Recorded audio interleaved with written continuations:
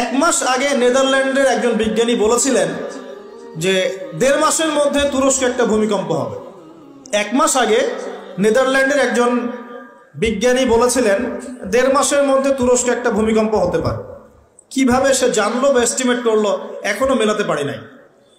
2 number হচ্ছে এই কয়েকটা ইস্যুর পরে কোরআন পুড়িয়ে দেয় ইস্যু, তুরস্কের প্রতিবাদ, নেটওয়ার্ক কনফ্লিক্ট ইত্যাদি, এই ইস্যুগুলোর মধ্য দিয়ে যখন উত্তপ্ত বাকবিনিময় হচ্ছে, তখন ব্রিটেন, জার্মানি আর ইউএসএ তারা বলে দিয়েছিল 7 দিন 10 দিন আগেই বলে দিয়েছিল যে আগামী 10 দিনের মধ্যে তুরস্কে একটা ভয়াবহ হামলা হতে পারে। কি হতে পারে? হামলা। তারা বলেছে সন্ত্রাসী হামলা হতে পারে। তুরস্কের পররাষ্ট্রমন্ত্রী ব্রিফ করছিলেন, দেখলাম তিনি বলছেন যে তারা বলছে আমাদের এখানে কিছু একটা হবে, কিন্তু কি হবে কিভাবে হবে তারা বলছে না। এই পয়েন্টটা এখনো মিলাতে পারছি না। আর তৃতীয় পয়েন্ট আরো মারাত্মক। এই ভূমিকম্পের ঠিক 2 দিন আগে 3 দিন আগে ওই 3টা কান্ট্রি তুরস্ক থেকে তাদের কনসুলেট, যে পররাষ্ট্র অধিদপ্তরগুলো থাকে, এগুলো গুটিয়ে চলে গেছে দেশে। তারা কেন 2 দিন আগে 3 দিন আগে সব গুটিয়ে চলে গেল?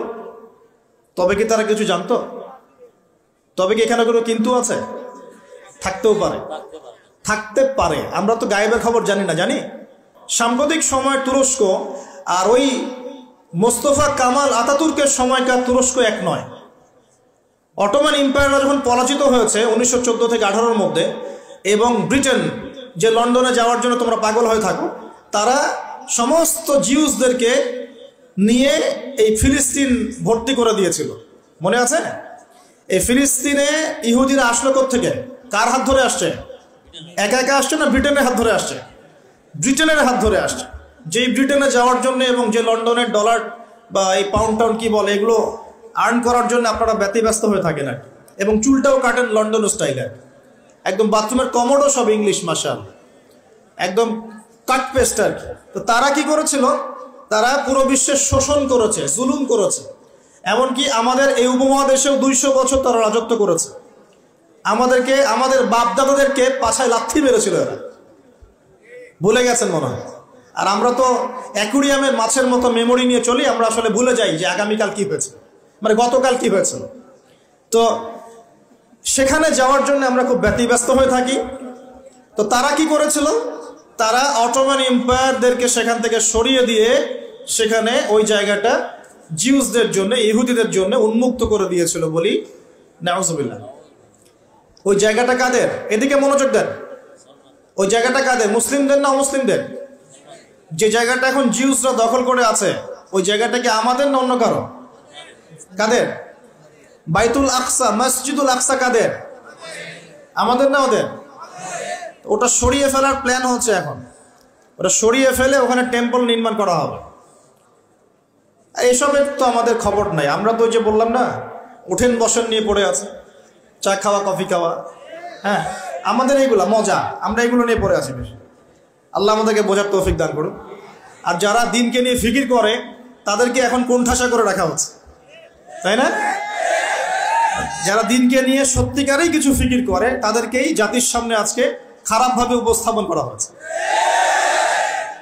তবে আমি বলবো ধৈর্য ধরেন, কারণ ধৈর্যের চেয়ে উত্তম কোনো গুণ আল্লাহ কাউকে দেন নাই। ইনশাআল্লাহ তাআলা ফাইন্না মাআল উসরি ইউসরা, কষ্টের পরেই আসবে কি? স্বস্তি।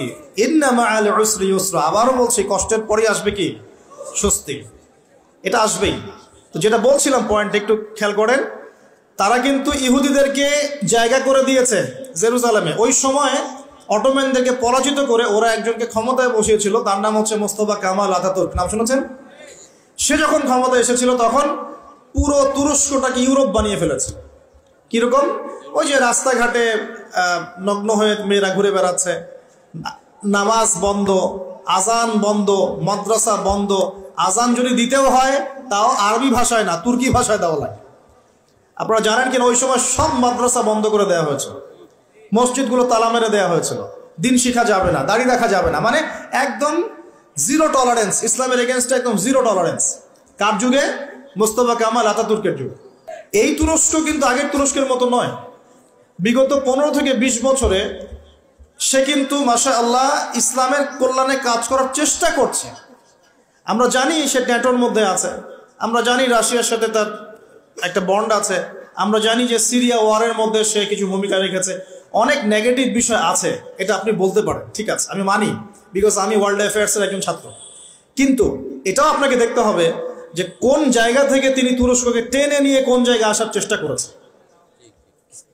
তিনি নামাজ চালু করেছেন, মসজিদ উন্মুক্ত করেছেন, মাদ্রাসা শিক্ষা ব্যবস্থার উন্নয়ন করেছেন, ইসলামিক কালচার চালু করেছেন, এই যে সংস্কৃতি ছড়িয়ে ইসলামিক সংস্কৃতি ছড়িয়ে দেওয়ার চেষ্টা করছেন, অটোম্যানদের হারানো সেই গৌরব আবার ফিরে আনার চেষ্টা করছিলেন, এবং এই চেষ্টা ক্রমাগত অব্যাহত আছে কিন্তু, এবং জাতি তাকে কিন্তু খুব ভালোবাসে, জাতি কিন্তু তাকে খুব ভালোবাসে।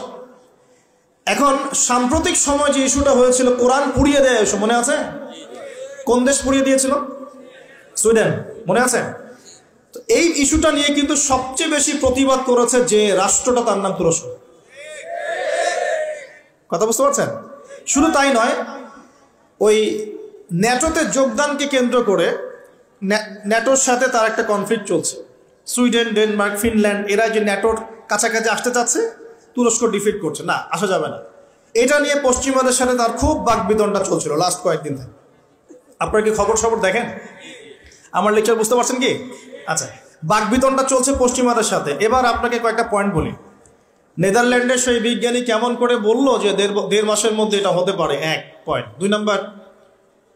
দুই নাম্বার হচ্ছে এই কয়েকটা ইস্যুর পরে, কোরআন পুড়িয়ে দেয় ইস্যু, তুরস্কের প্রতিবাদ, ন্যাটোর কনফ্লিক্ট ইত্যাদি, এই ইস্যুগুলোর মধ্য দিয়ে যখন উত্তপ্ত বাক বিনিময় হচ্ছে, তখন ব্রিটেন, জার্মানি আর ইউএসএ তারা বলে দিয়েছিল 7-10 দিন আগেই বলে দিয়েছিল যে আগামী 10 দিনের মধ্যে তুরস্কে একটা ভয়াবহ হামলা হতে পারে। কি হতে পারে? হামলা। তারা বলেছে সন্ত্রাসী হামলা হতে পারে।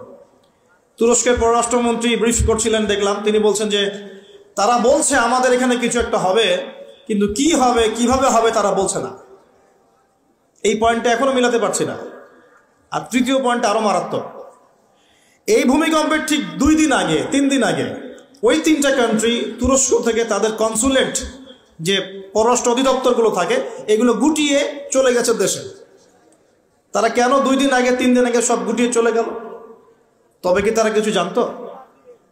খেয়াল করে দেখবেন, ফরায়েজি আন্দোলন, হাজি মোহাম্মদ শরীয়তুল্লাহ, তিতুমির, এই যে ইংরেজ বিরোধী বিপ্লবে যারা সর্বোচ্চ নেতৃত্ব দিয়েছিলেন, আলহামদুলিল্লাহ, তাদের নামগুলো আস্তে আস্তে আস্তে আস্তে কিন্তু মুছে ফেলার চেষ্টা করা হচ্ছে।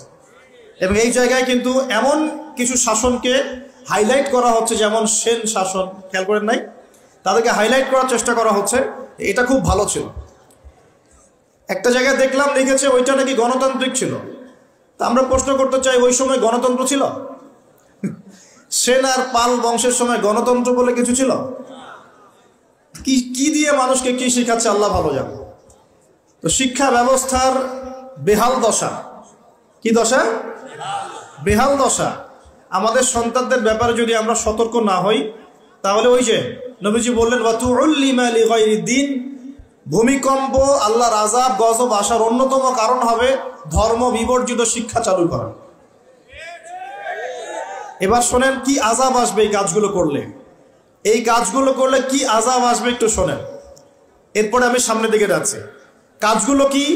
যখন আমরা আমানতের খেয়ানত করব, এক, যখন গনিমতের মাল, রাষ্ট্রীয় সম্পদকে নিজের বলে চালিয়ে দিব, যখন আমরা স্ত্রীদের আনুগত্য করে মাকে কষ্ট দিব, বন্ধুদেরকে কাছে টেনে নিয়ে বাবাকে কষ্ট দিব, যখন ধর্ম বিবর্জিত শিক্ষা চালু করব, যখন আমরা গায়িকা নর্তকীদেরকে বেশি প্রমোট করব, তাদেরকে বাড়িয়ে দিব, মসজিদে হট্টগোল বেড়ে যাবে, কানের কাছে বাদ্যযন্ত্র বাজবে, জেনা বাড়বে, অশ্লীলতা বাড়বে, ফাহেসা কাজ বাড়বে, এবং কওমে নেতৃত্ব দিবে ফাসেক ব্যক্তি, সমাজের সবচেয়ে নিচু শ্রেণীর মানুষ উঁচু উঁচু বিল্ডিং নির্মাণের প্রতিযোগিতা করবে, এবং দাসী তার মনিবকে জন্ম দিবে, মানে সত্য মিথ্যা ন্যায় অন্যায়ের মানদণ্ড উল্টে যাবে।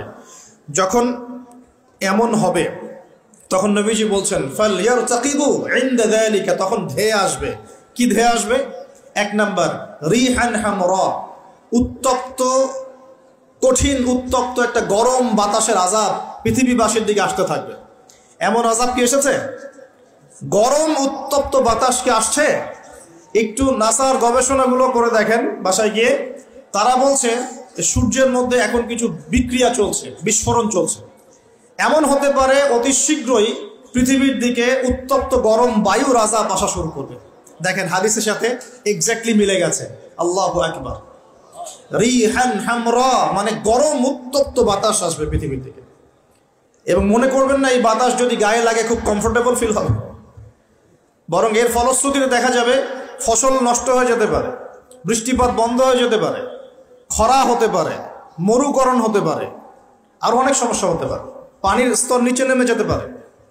রিহান হামরা। আরেকটা হচ্ছে 2 ওয়াজালজালাতান এবং ভূমিকম্প। আর নবীজি বলছেন ভূমিকম্প না, নবীজি বলছেন যে বাইনা ইয়াদাই সাআ, কিয়ামতের আগে আগে মুতানুন শাদীদ, মহামারী ছড়িয়ে পড়বে, বড় বড় মহামারী। ওয়া বা'দাহু, আর মহামারীর পরে আসবে সানাওয়াতুজ জালাজিল, ভূমিকম্পের বছরগুলো।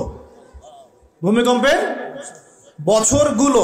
সানা মানে একটা বছর, সানাওয়াত মানে অনেকগুলো বছর, জালজালা মানে ভূমিকম্প, জালাজিল মানে ভূমিকম্প সমূহ, অর্থাৎ ভূমিকম্পের বছরগুলো আসছে পৃথিবীর সামনে। আপনারা তুরস্কের ভূমিকম্প সম্পর্কে জানেন। কিছু বিষয় আছে যেটা আমি এখনো মেলাতে পারছি না। বুঝলাম যে ভূমিকম্প আল্লাহ পাকের আযাব, আল্লাহর গজব। কাফের মুশরিক মুনাফিকদের উপর যখন আসে তখন এটা গজব বলেই ধরে নেওয়া যায়। আর যখন মুমিন মুসলিমদের উপরে আসে তখন আমরা মনে করি এটা আমাদের হয়তো পাপের শাস্তি, বা আল্লাহ পাক আমাদেরকে সতর্ক করছেন, অথবা রহমত, এর মধ্য দিয়ে আল্লাহ গুনাহ মাফ করে দিবেন, আমরা এমনটা মনে করি।